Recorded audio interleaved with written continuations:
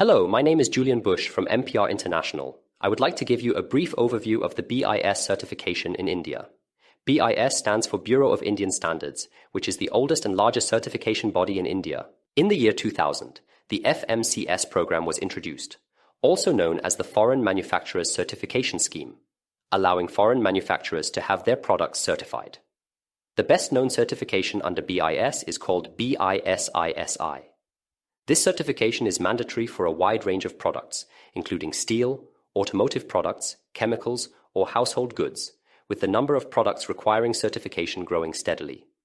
BIS certification requires factory audits and product testing in India. The certification process includes the following steps.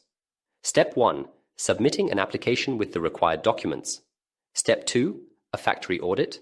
Step 3. Product testing in India. Step 4.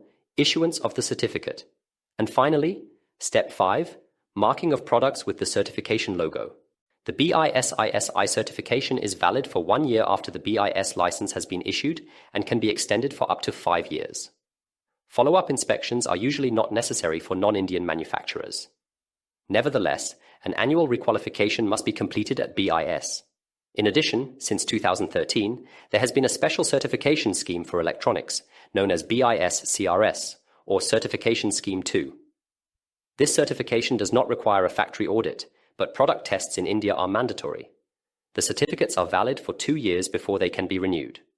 Please note that an authorized Indian representative is required for both BIS certifications. This officially appointed representative represents your company in India and takes care of the submission of the application and test reports to the BIS, among other things. Do not hesitate to contact us with any questions. We are happy to support you with the certification. Thank you for your attention.